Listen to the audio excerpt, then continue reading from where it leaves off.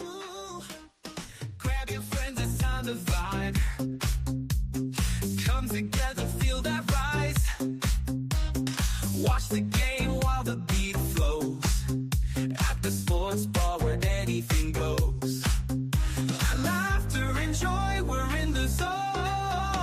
On the swivel at the sports bar. Cheering loud, feeling like a star. Good times, laughter and every score. On the swivel, come back for more.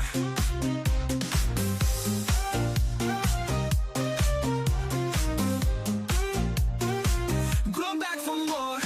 Tasty treats and soulful sounds. Feel the rhythm, it's where joy's found. Ooh. With every cheer we come alive. Come on in, let's thrive and jive. In this moment we find our groove. On the swivel at the sports bar. Cheering loud, feeling like a star. Good times, laughter and every score. On the swivel, come back for more. Ooh, come back for more. Ooh, come back for more. Tasty treats and soulful sounds. Feel the rhythm, it's where joy's found. Ooh, with every cheer we come alive. Come on in, let's thrive and jive. In this moment we find our groove. Ooh, on the swivel at the sports bar. Cheering loud, feeling like a star. Good times, laughter and every score. On the swivel, come back for more. Swing on by, don't miss the fun. At the sports bar, the best begun. Ooh, come back for more. Come back for more. Come back for more. Come back for more.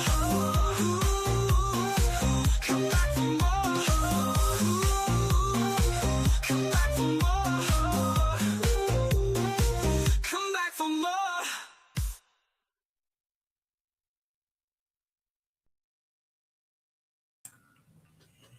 Hello, hello. You're on the swivel at the sports bar. Unique Sports Talk. R. Payne here, your favorite baby boomer. You know, this is the dark days of the football season, right? Right between the 2 weeks between the championship games of the conference and the Super Bowl. So I don't know, it's too early to start making all the predictions, but for me right now, real early. It may change. I think Seattle's going to win. Uh, so anyway, and it's going to bring back those bad memories of that bad pass and that bad call and the last time these two teams played together. Anyway, before we get started, like, share, and subscribe. Hit the like button. If you're listening for a second, just hit the like button. It helps the algorithm for me. Subscribe to the channel. This one is Unique Sports Talk. But if you're on my other channel, Marriage, Politics, and Sports, subscribe to either one. And, join the chat, make some comments on the replay, all that good stuff. Copyright disclaimer, I use other people's material. It's all fair use, so I put this in here every week. I'm here every week on Wednesdays at 7. If you didn't know that, you know it now. All right, so let's get started. All right, the football season's almost over. But, okay, so early, this is the limbo week. So I just found some stuff to talk about. And these are the two unlikely teams this year to be playing in the Super Bowl. And the thing about the Super Bowl this year, in the whole year, it was wide open. Nobody was so dominant, right, that you would say, hey, this team is head and shoulders above the other one, right? So let's just listen to some people have some conversation about, how these two teams came about. I'm only going to play a few minutes of this, not a lot, but this way I get to shut up. Super Bowl 60 is set. Seahawks versus Patriots, a rematch from just over a decade ago. When the playoffs started, plenty of people predicted this exact matchup for the Super Bowl. But what most people don't realize is just how unprecedented this game actually is. Because based on everything we knew before the season, this matchup was never supposed to happen. Every year, before the NFL season kicks off, sportsbooks release preseason Super Bowl odds. They're never perfect, but historically, they give a pretty accurate picture of which teams actually have a realistic shot to win it all. In most seasons, the eventual champion comes from near the top of these rankings. The last time a team outside the top 10 won the Super Bowl was the 2017 Philadelphia Eagles, which was a memorable Cinderella run. So when teams like the 2017 Eagles or 2007 Giants, who were afterthoughts in the preseason, win it all, it isn't just rare, it's historic. And that brings us to this year. Before the 2025 season even began, the Seattle Seahawks were ranked as the 19th most likely team to win the Super Bowl, and the New England Patriots were ranked 20th. Teams like... Is that something? Right there, 19 and 20. If you put, what's that? If you put down $100 or $1, you would have made $6,000. I mean, come on. That would have been a great bet. And some people actually won that bet. Ain't that something? The Cardinals, Commanders, and Vikings were all viewed as more likely contenders. In the last 25 years, we haven't seen a Super Bowl team this overlooked, let alone two of them in the same year. But somehow, this narrative is being forgotten this year. The Seattle Seahawks and New England Patriots were never supposed to come this far. If you told someone that this would be the Super Bowl matchup prior to the start of the season, they would probably think it was a historic playoff run from both teams. But what makes the season even crazier for the Seahawks and Patriots is that they dominated all year long. It wasn't like they just caught fire late like the Super Bowl winning Eagles and Giants. Instead, Seattle and New England were great from the moment the year started. Well, listen, they were pretty good from the beginning of the year. I think that the Broncos might have won that game if they would have had their starting quarterback. You know, you saw the adjustments New England had to make to win that game against Stidham. So, they were okay. I think, and then Sam Darnold was a bust in New York. I mean, he was a bust. I mean, he wasn't even good, so at least the scouts or somebody saw something in that man that it just didn't play out in New York. The pressure of being in the city, the media, and the fact that the teams are like kind of all around horrible all the time. This guy, if he wins, he'll probably be the MVP. It'll be one of the greatest turnarounds for a quarterback in a long time. So whoever saw some real potential in Sam Darnold, they made a big deal. So we got the point with this. I just wanted to show how unlikely these two teams would be in the Super Bowl, and we got to wait on these guys. So.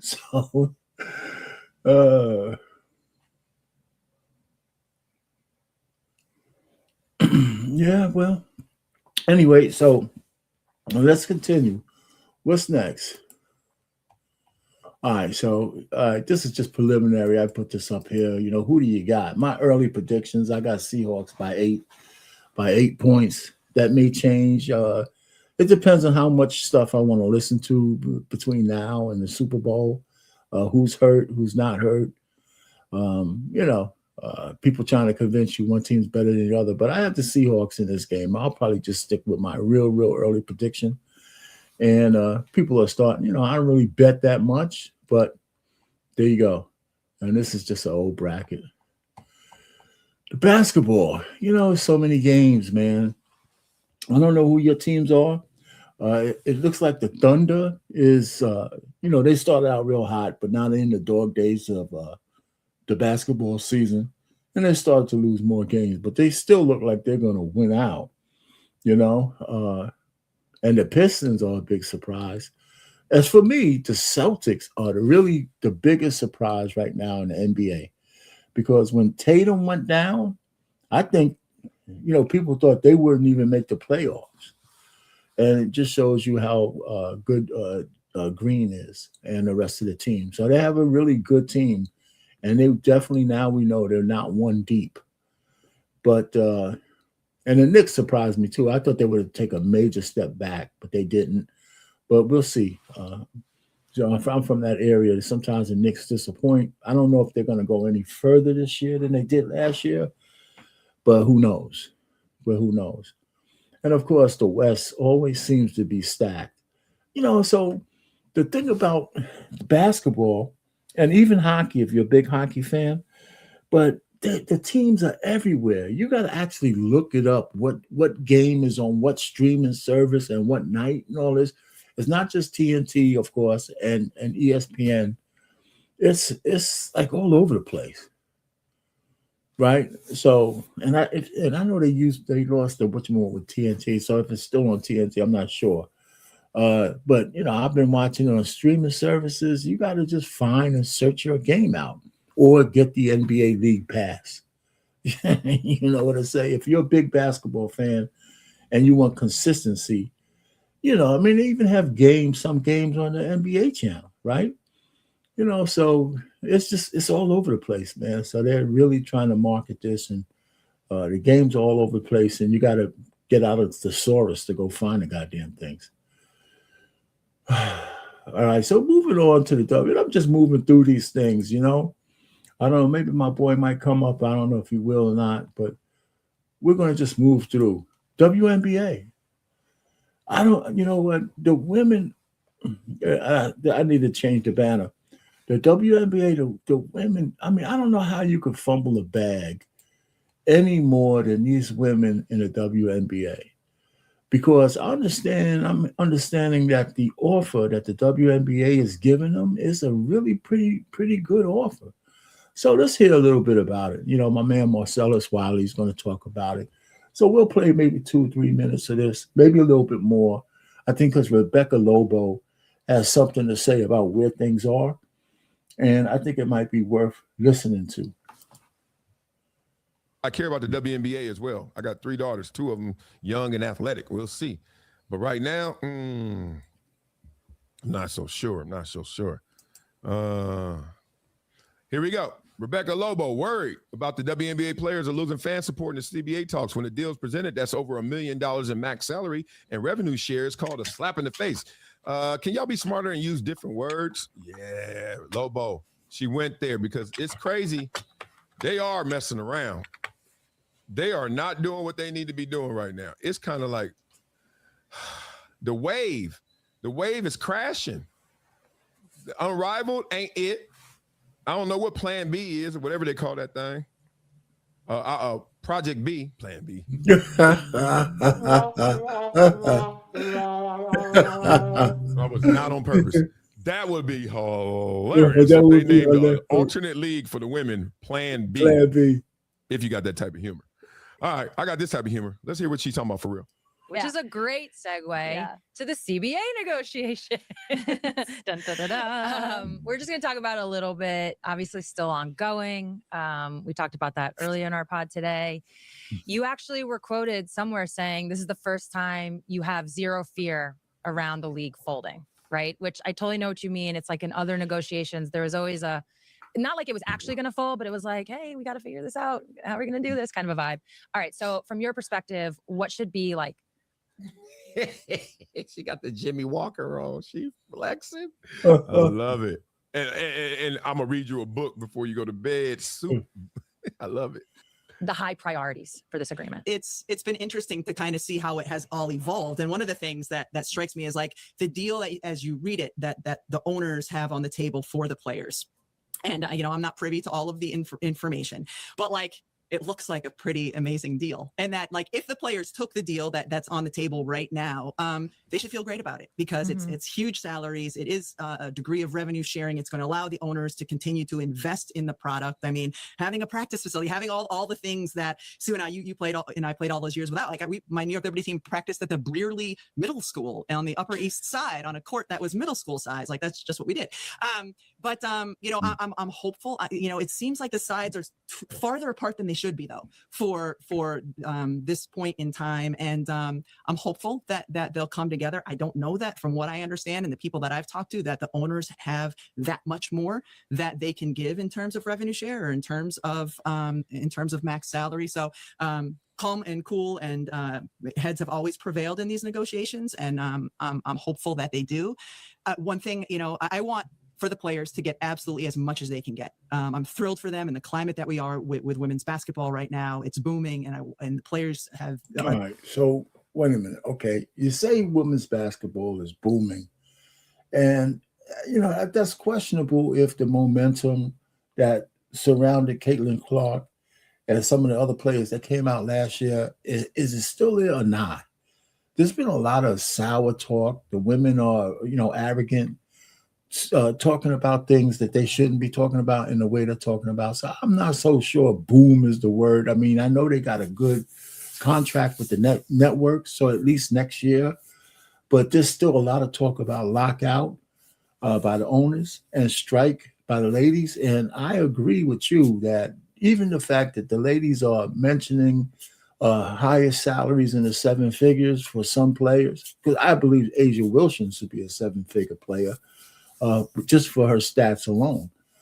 And but it's not that cut and dry. So I know everybody wants to be optimistic, but I think with the Unrivaled League and some of those ladies who are playing over there, there's like $450 million behind the rival league, and we're going to talk about them next anyway. But okay, let's continue. The reason for that, or a big part of the reason for that, some of the rhetoric I've heard from their side has been a little bit troublesome. Like when a deal is presented that's over $1 million max salary and revenue share, it's called a slap in the face. Like it's that just use different words, and I'm worried that the players might be getting to a point where they might be losing some of the support from the public, and I think that's been a big part of this all along. Like when we were at All-Star and the players put their pay us what you owe us shirts on, it felt to me in that arena like the players had 100% support of the from WNBA fans. I'm doing a game early in the playoffs. This is before Nafisa has said anything about the commissioner, and the video comes up in Vegas with Kathy talking,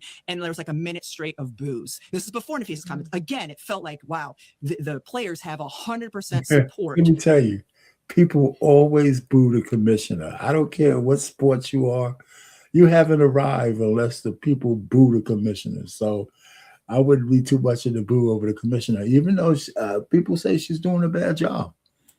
Of the fan base in the WNBA. And as these negotiations have gone on, it feels like some of that is waning. And I think some of it has just been some of the language and the verbiage and that sort of thing that we've heard from the Players Association. I think the players just need to be a little bit more careful with how they're articulating things, because if you're working whatever job, a max salary of 1.2 million, average salary of 500,000, if you don't think it's fair, that's fine, but don't call it a slap in the face. Okay, so that's enough. One of the things that's going to be very difficult, and I know this is going to sound sexist, but the women are all in their feelings. It's like herding cats. They're going to say what they feel, just like all American women do, no matter if it hurts them in the long run or not. There's going to be a lot of shit being said, and it's just almost no way you could check them, right? It's like, who's going to check me, boo? And you talk about black women too? Forget it. Anyway, so hopefully they'll get out of this thing and actually have a season. But, who knows? But CBA is ongoing. You're supposed to play hardball, I guess. I think if they get a lockout or a strike, it's going to really be devastating for the WNBA. All right, so I wanted to say that. And here's the Unrivaled League. Now, the fact that they let some of the main players, what's her name, Nafisa Collier, whatever, be a main player with some other ladies to start this league or to make a deal with this league, Unrivaled, I saw some of the games. I mean, full court 3-on-3s. A couple of games were interesting last year. Plus, they got a bonus for winning as on one-on-one tournament, intra-tournament one-on-one. And the money that they pay these girls is good. It's really good. So they say it's a rival league. Everybody going to come here, but it's kind of a conflict of interest because the head of the WNBA Players Union is also wrapped up in this. What's her Mafifa, whatever her name is, Collier, her sister Collier.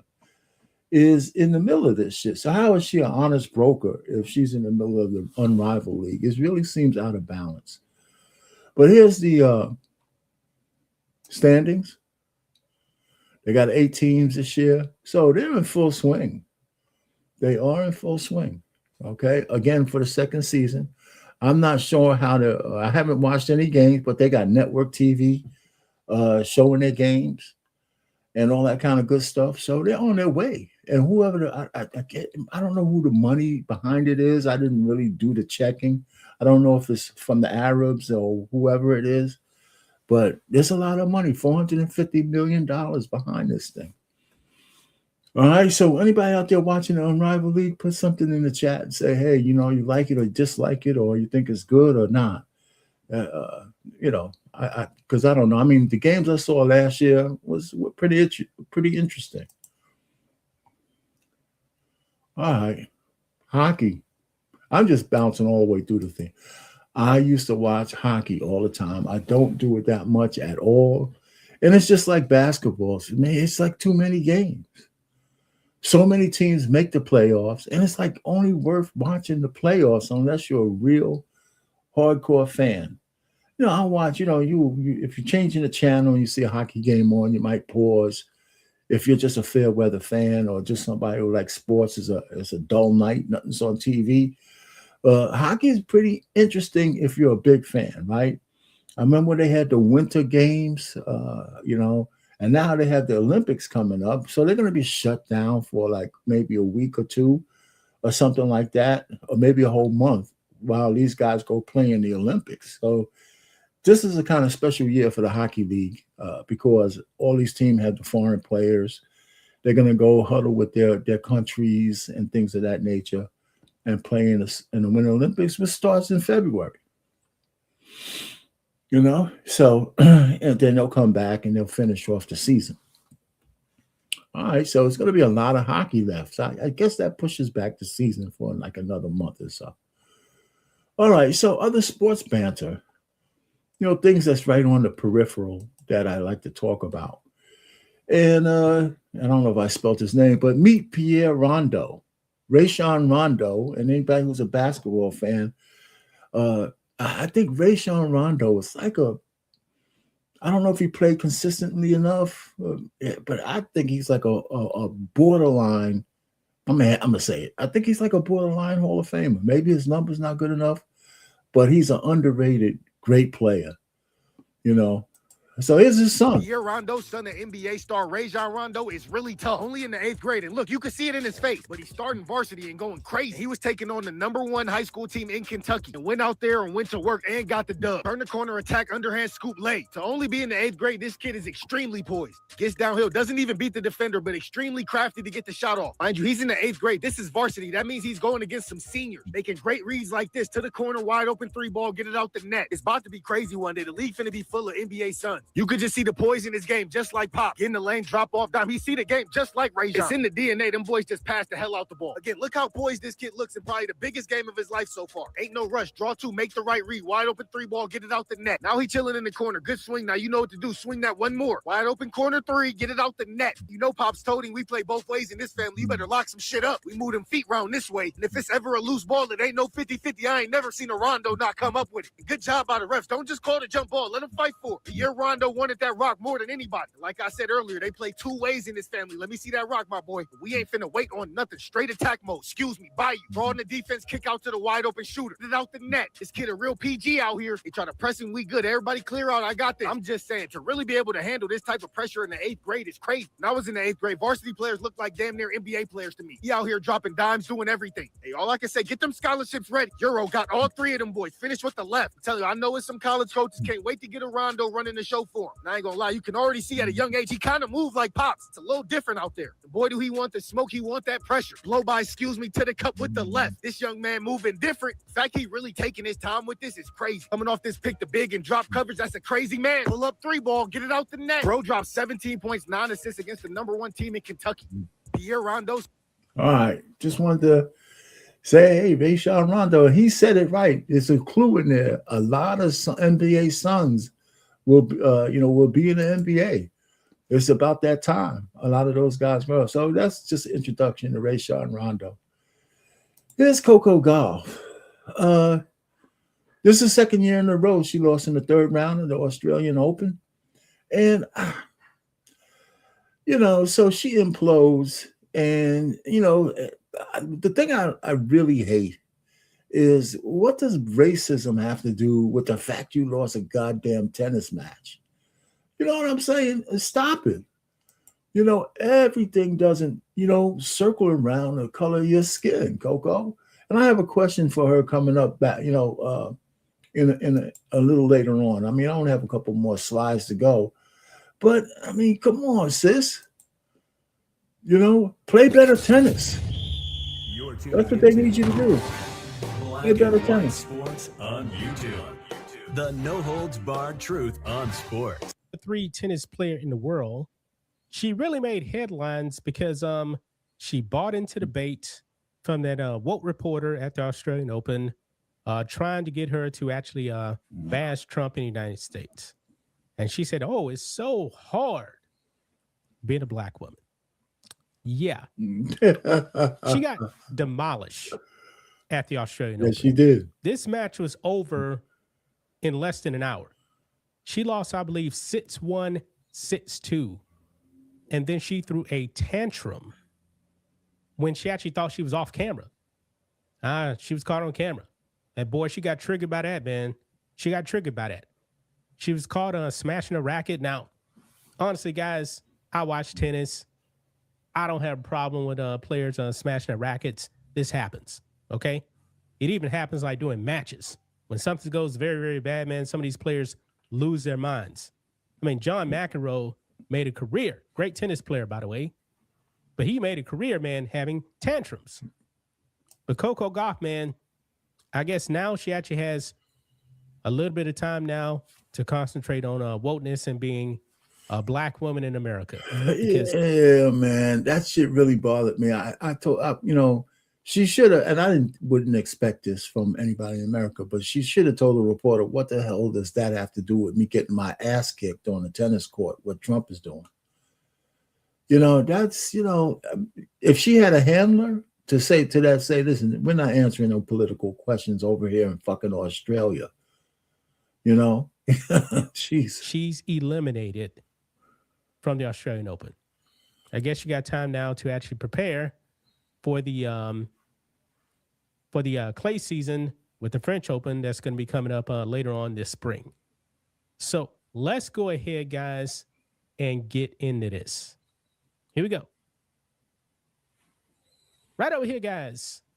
U.S. tennis star Coco Gauff smashes racket after brutal Australian Open loss. Yeah.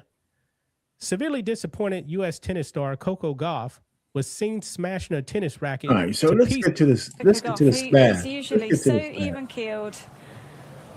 I feel like she's trying to walk away from the camera there. So even with that, right?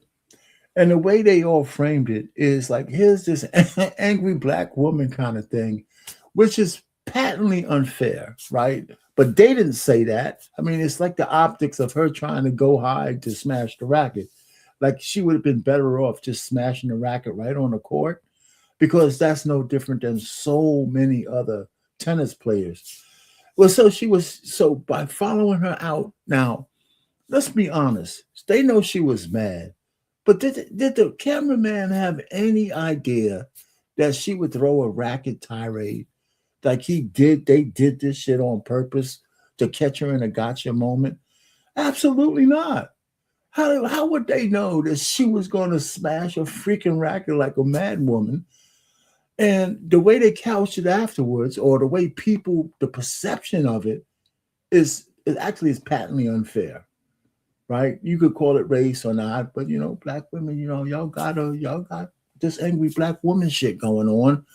And hey, it looks like that's the unfair part about it. But that wasn't a headline. Nobody, in the people's personal minds, some people might have thought that, but she was just another athlete who got her ass kicked on the court.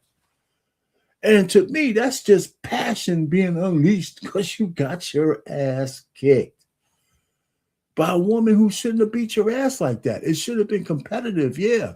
But you're Coco. You're a champion. You know, you should play better than that. You know, and what's really bothering her is because she's becoming a celebrity. Right? She's made more money than most of the tennis players this year and last year, I believe. And you know, she's all over the place.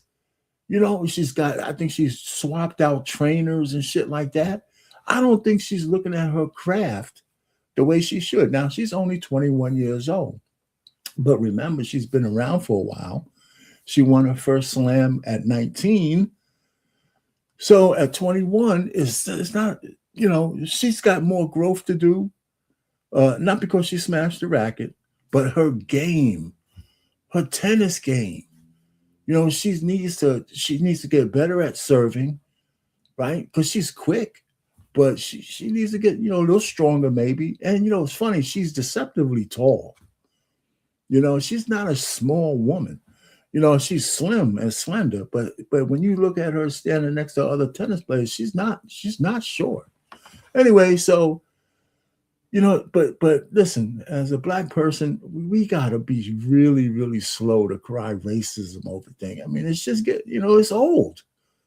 Everything about you being black is about you getting your ass kicked on the court. Now, I give you a pass for smashing a racket. Everybody does it. Anyway, so there you go, Coco. Next tournament coming up, man. Play better. All right. So listen, I haven't talked about Tim Duncan in a while, but I found this clip and I didn't notice I knew his first wife was fucked up. Excuse my language, but I didn't know how bad it was. So we're going to play this clip, you know, on how, you know, and people like Tim Duncan. You know, they like the big professor, what do they call him, man? But anyway. Both of Tim Duncan's children aren't his biological children. His wife hid from him that she had been dating strange men for 10 years. Actually, Amy had already betrayed Tim Duncan since college. She dated 3 men simultaneously, and Tim was just one of them. Well, listen, Amy married Tim Duncan. Both of Tim Duncan's children aren't his biological children. Yeah, so let's not skip over that. Because I don't think for a man, you know, without being, you know, physically assaulted, I don't think too much more can damage a man's psyche than finding out the kids that you raised are not yours because your wife betrayed you. Okay, that's just deep as hell, man. You know, so but I didn't know that. After all these years, I didn't know that's the depth of her betrayal. I know she was fucked up to him, but this is the depth of her betrayal. Absolute diabolical. His wife hid from him that she had been dating strange men for 10 years. Actually, Amy had already betrayed Tim Duncan since college. She dated 3 men simultaneously, and Tim was just one of them. Amy married Tim Duncan because he was an NBA player. Tim had no idea his wife didn't love him. During their marriage, Amy spent Tim Duncan's money on her boyfriends. According to statistics, 40% of Tim Duncan's money was spent by Amy's boyfriends. Do you know how Tim Duncan discovered her cheating? In 2012, Tim Duncan injured his hip muscles. During a hospital examination, the doctor found that he suffered from infertility. Tim Duncan thought the doctor must have made a mistake. He went to 5 different hospitals for testing. The results showed that he did indeed have infertility. That day was his worst day emotionally. He didn't go home but returned to the arena. He sat in a chair and thought all night. Finally, he decided to hire a private investigator to investigate his wife. 4 months later, he received evidence from the detective. After reading the evidence, he cried in the bedroom for a long time. Both children weren't his. The children's biological father turned out to be Tim Duncan's brother. His wife had... All right. Okay. All right. So not only is she diabolical, she's the devil herself, and his brother is right along with her as, you know, her stablemate. Can you imagine? But just think about the depth of this deception. All right, she wanted the kids to look a little like Tim, right? So it wasn't like she went and found the closest match to him, which is his brother. And the fact that his brother agreed to be banging out his brother's wife and impregnated. Now, listen, I did not check the veracity of this story. So this is all alleged as far as I'm concerned. So I want to throw that in there because the narrator and the people who provided this as a clip, I think if this is false information, I'm blaming it on them. So if this is true, this shit is absolutely diabolical. It really is. It really is. And Tim was always one of those kind of sad, subdued kind of guys. But let me tell you, as bad as this shit is, it didn't impact him on the court. It did not impact him on the court. At least it was invisible to the viewer because he was a badass for his whole career, right? Anyway, so there you have it, man. A sad story of Tim Duncan, man. A woman could destroy a man very, very easy. They say men are the biggest predators against women and violently we're an apex predator against them. But emotionally and every other way, women are just as vicious apex predator against men. They can destroy a man's psyche in a minute. So I guess we're even. Anyway, so I have a couple of questions that I leave, that I always go in at the end and talk about, so you guys in the chat can maybe answer these if you want. Bill Belichick gets snubbed as a first ballot Hall of Famer. This is a travesty, whether you like Bill or not, whether you say, well, he had Tom Brady or not. That's immaterial. And when Bill and Tom, and Bill was the coach for those years in New England, these guys were an absolute dynasty. If it wasn't for the Giants, it would have been a flipple-bipple dynasty. So how does he not get in as a head coach, the Hall of Famer on the first ballot? It's like even if he gets in on the second or third ballot, it's going to be bittersweet. Now they're blaming it on, what's that? Something gate, inflation gate, and the balls being inflated when they were spying on the other teams and all that kind of shit, man. That's no reason to keep him out on the first. As a first ballot Hall of Famer. So what do you guys think? You put something in the chat if you want to, or just listen in or thinking on your own. I think it was bad. It kind of taints the Hall of Fame altogether. So maybe Terrell Owens, wasn't crazy when he boycotted the Hall of Fame, because these guys, since it's not by an algorithm, it's not by some kind of algorithm that picks the Hall of Fame. It's by people. So I think it's 100 reporters or something like that, and they bring their bias to the table, which for some of them trumps your numbers, right? Because it's absolutely some people in that pool who hate Bill Belichick.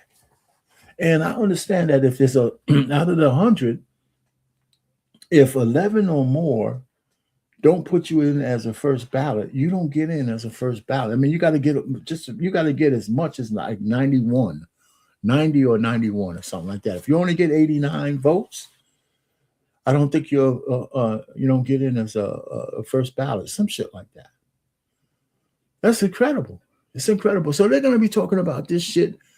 Actually, it's not going to impede or impact the Super Bowl, but it's definitely a conversation piece that is going to be used in this nice little gap between this 2-week gap between the Super Bowl. That's all they're going to be talking about. All the talk shows, everything, unless something else happens. But that was a travesty right there.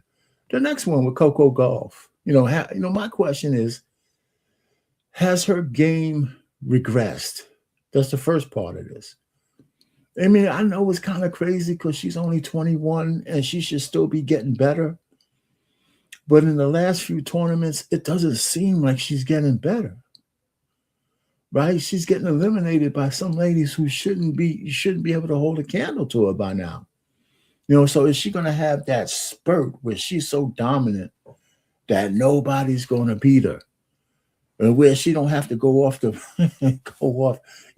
in an Australian Open and get your ass kicked like you're a rookie. 6-1, 6-2. Are you kidding me? I mean, she was missing all kinds of shots. There had to be so many unforced errors in there for her to lose that badly. You know? Anyway.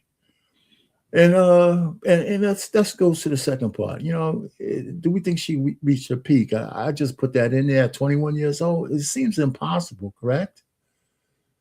Right? Because usually, I mean, what's your peak for a tennis player? Is it more like 25, 26? We know you could play well into your 30s because, you know, you can if you're really good.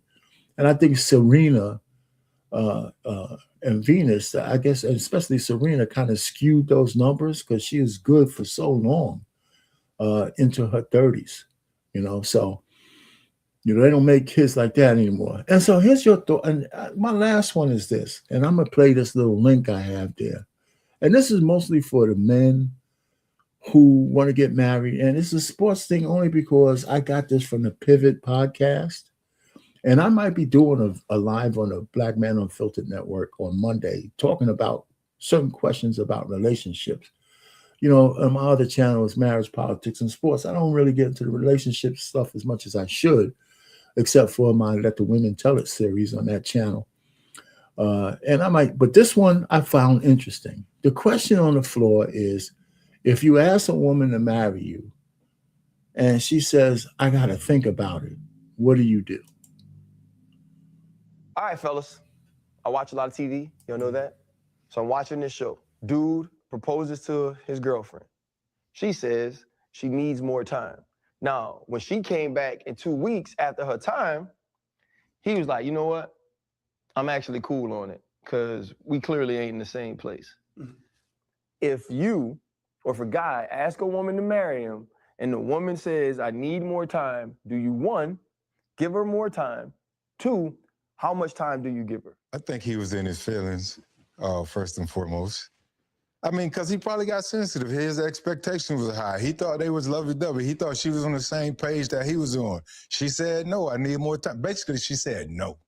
That was a no. And that's an immediate no. The more time was, let me go and think. Now she has to do her emotional thing as a woman. I believe he made the right decision, you know, to kind of step away from it. Maybe they both need more time was the conclusion of it all. If I ask you to marry me, I'm going to expect the answer right then and there, and that was her answer. So maybe it wasn't right for him. I don't know, man. What y'all think? I've asked one person to marry me, and they said yes on the spot. If they'd have said no, I said, fuck you, and we'd have never talked again. For real?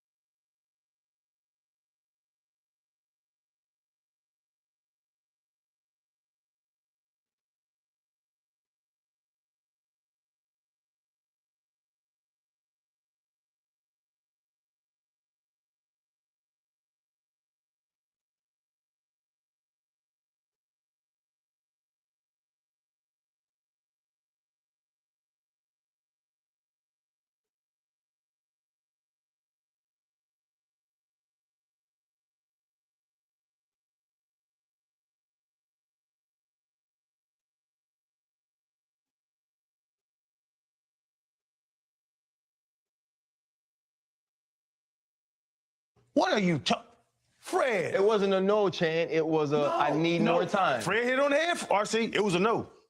Marry me, the ring. Either put your left hand out or not. And you say no, you. What are you talking about? I'm old school. I asked, Asia was raised by her grandparents. Right. I asked Asia's grandfather on the way to Walmart. I used to drive him to Walmart on the weekends. Could I marry Asia? He said yes. We had a whole family thing going. Will you marry me? On South Beach, on the beach, across from Prime 112. We just ate. No. F you. And I'm out of there.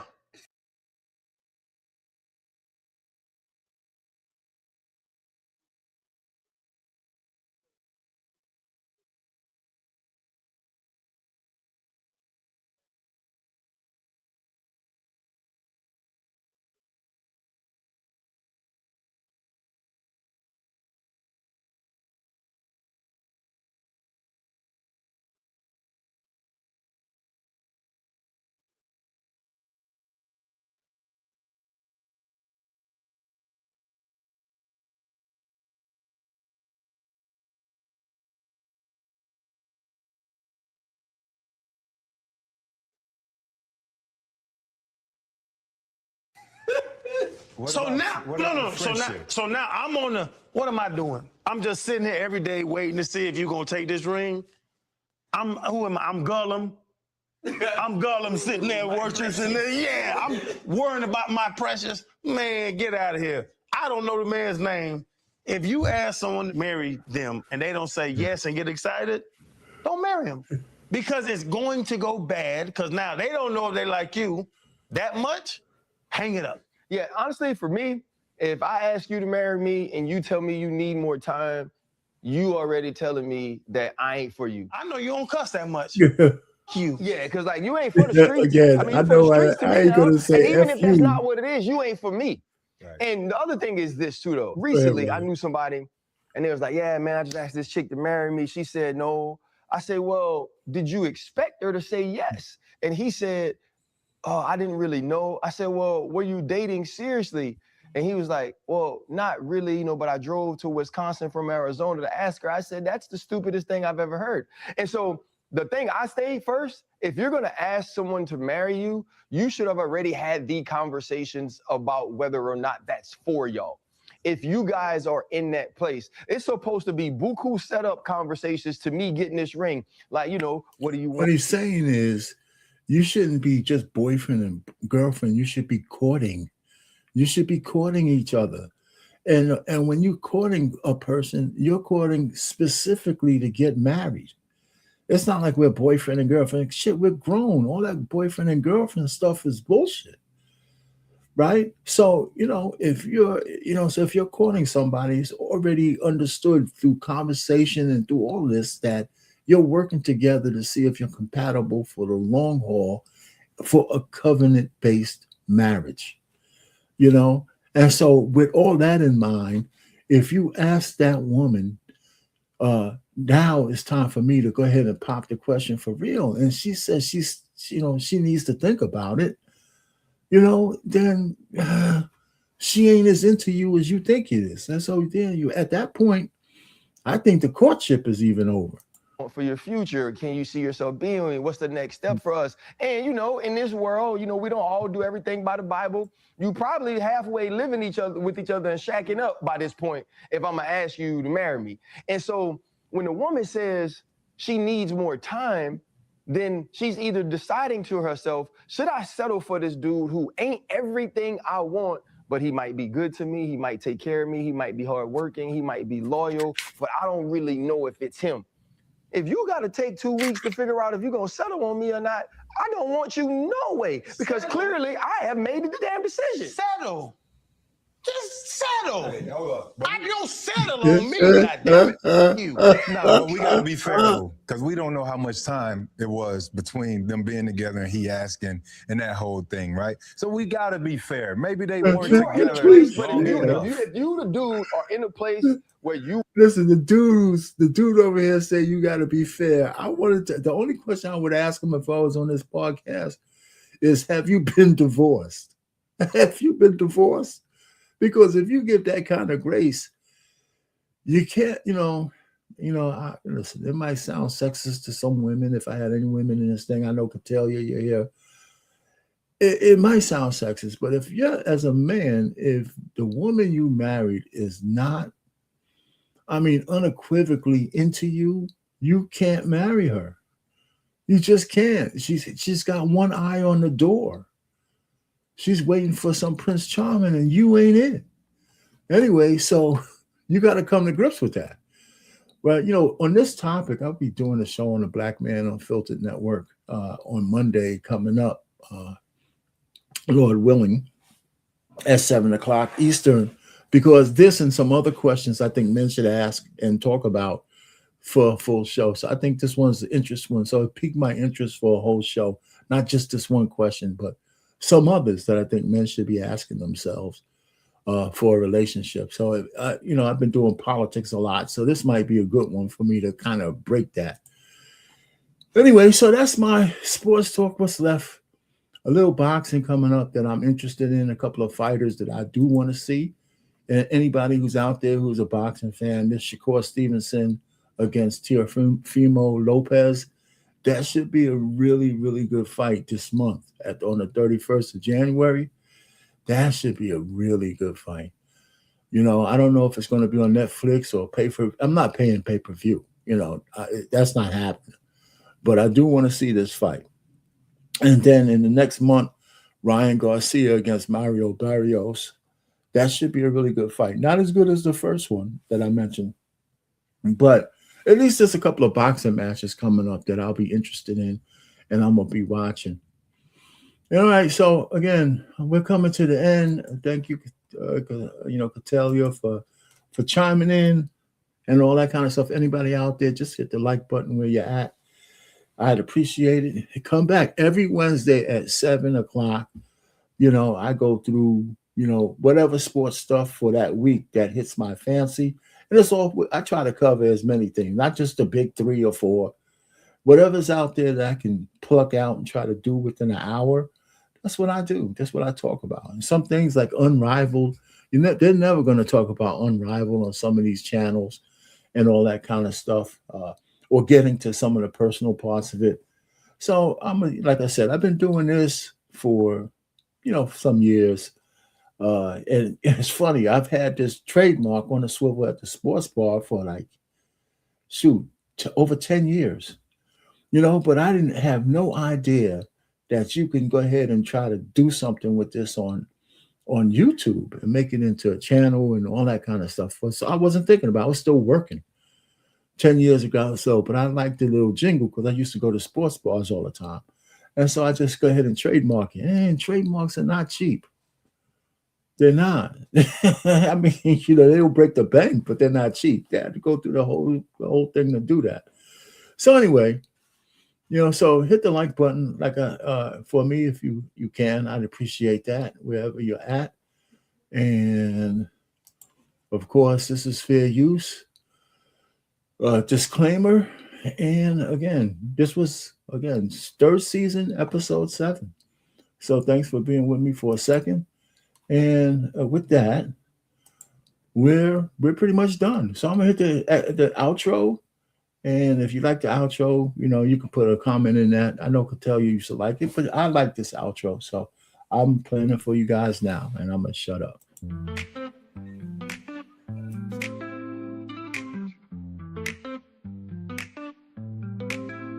Grab your friends, it's time to play. Join the fun, we're here all day. Watch the game with drinks in hand. On the swivel, let's take a stand. On the edge of our seats, we live for the thrill. In this moment together, we're feeling the chill. So here's to the laughter as we gaze at the stars. We say goodnight from the swivel at the sports bar. In the flicker of the screens where our spirits ignite, let's cherish this time as we fade into light.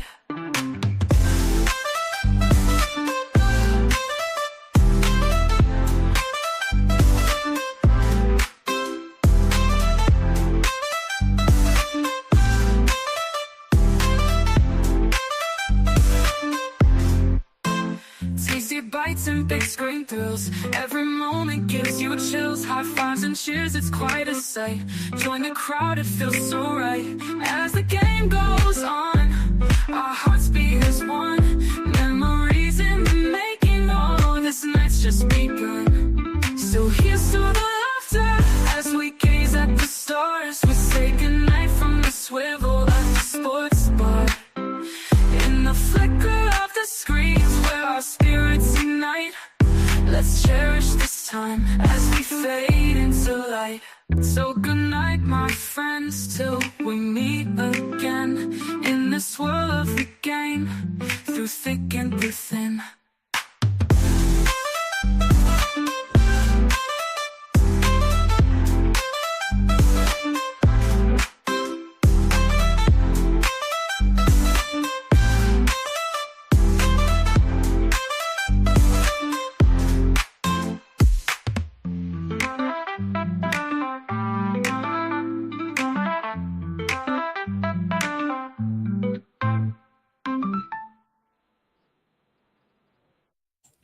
Like, share, and subscribe. Unique Sports Talk or Marriage, Politics, and Sports, whatever channel. I'd appreciate it. Art Payne, over and out.